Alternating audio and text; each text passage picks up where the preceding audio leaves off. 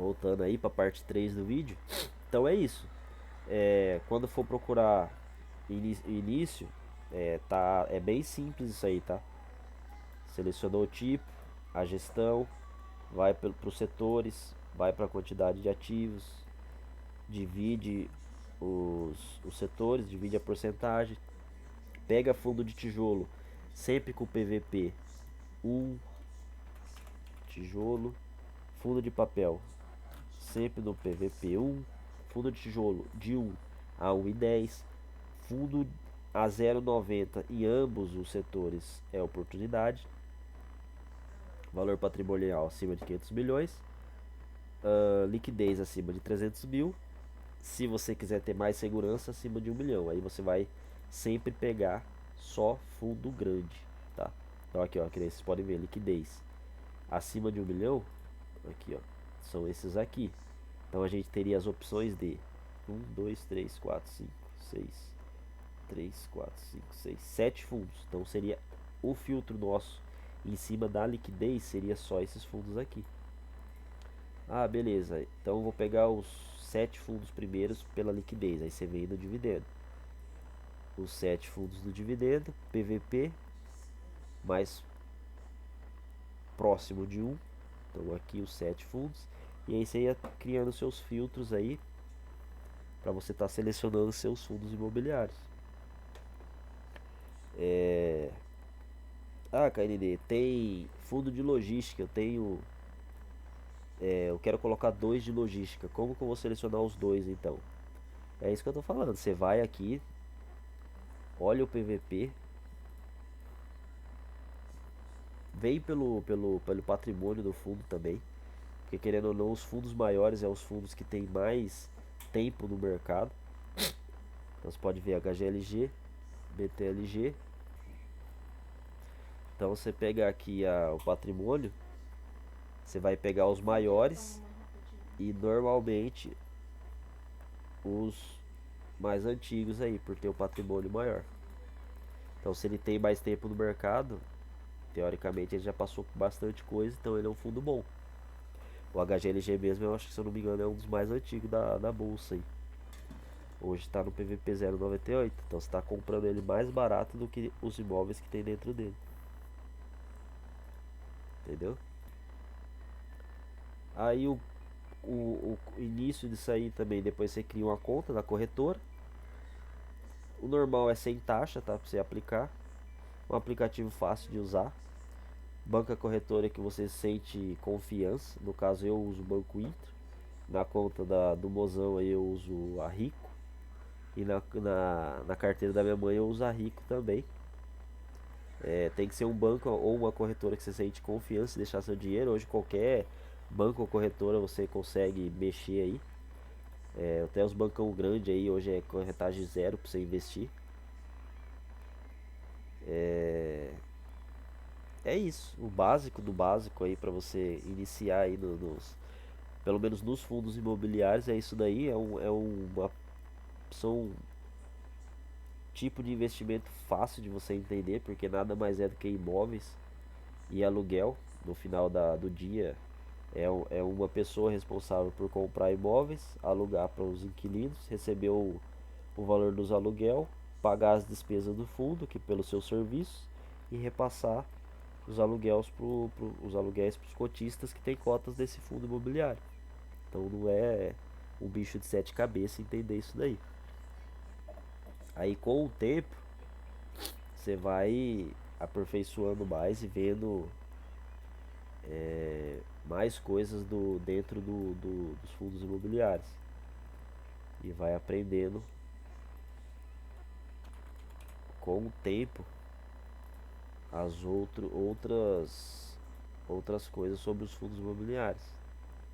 Que nem no caso disso aqui, ó, que eu vou mostrar pra vocês, que é esse fundo aqui que é o HSML. Ele é um fundo de shopping. Então aqui, ó, eu peguei o HSML pra vocês terem ideia. Aqui é o básico do relatório no final das contas, pra você ver o que você vai receber. A receita dos aluguéis é isso daqui. a receita imobiliária no caso de tudo. Então a receita 17 milhões foi receita de aluguel, 9 foi ganho de capital com vendas, ou seja, ele vendeu participação dos imóveis que ele tem na do seu portfólio. Depois vem despesas, aí aqui entra taxa de administração, taxa de gestão, taxa de performance, se o fundo tiver, despesa financeira e outras despesas. Você desconta isso daqui, o resultado por cota deu 0,91, 19 milhões. Resultado por cota. O rendimento que ele distribui não necessariamente precisa ser todo, então ele distribuiu 0,68. Resultado acumulado, que foi a diferença, 0,23. Então o resultado acumulado que ele tinha subiu um pouco, porque ele foi para cadê? Foi para 0,69 por cota, resultado acumulado. Então, ou seja, ele fez 0,91, mas ele não distribuiu tudo, porque os fundos imobiliários, ele precisa distribuir 95% do resultado. 5% ele pode reter, mas ele tem que distribuir esse 5% no final do semestre, que é no mês 6 e no mês 12 de cada ano. Então isso daí é uma coisa simples para vocês entenderem. E aí a parte que eu ia falar para vocês é essa daqui, ó, que com o tempo você vai vendo e entendendo os fundos, você vai vendo isso daqui, ó. Obrigações HSML. Isso aqui é a parte de alavancagem do fundo. Hoje ele está 19% alavancado.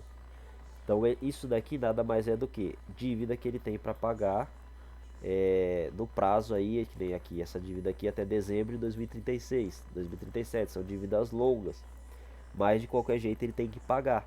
Então como que ele paga isso, KND? Ou é fazendo emissão e captando mais dinheiro do mercado, que muitas vezes não é tão simples, porque que nem no momento de agora não está dando para fazer emissão, porque normalmente quando o fundo vai fazer emissão, ele tem que estar com esse PVP aqui, ó, no mínimo em 1 ou acima disso aqui, porque senão ele não vai conseguir fazer emissão.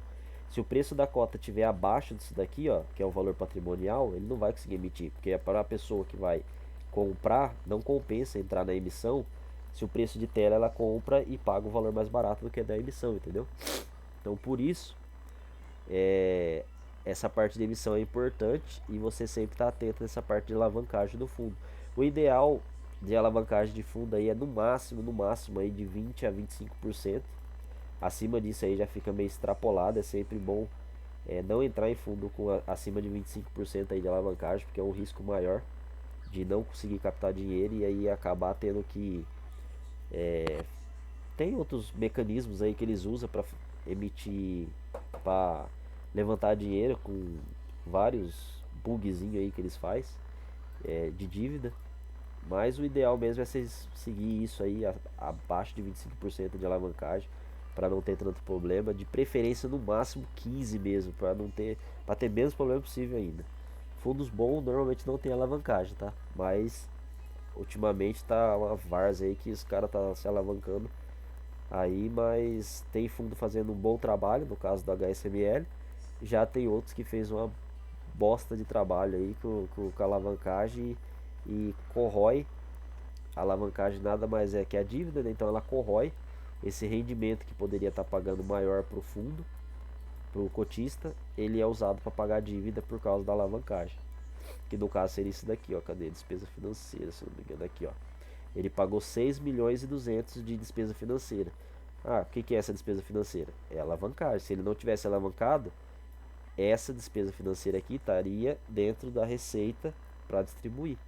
Então esse é outro dos pontos aí do fundo imobiliário.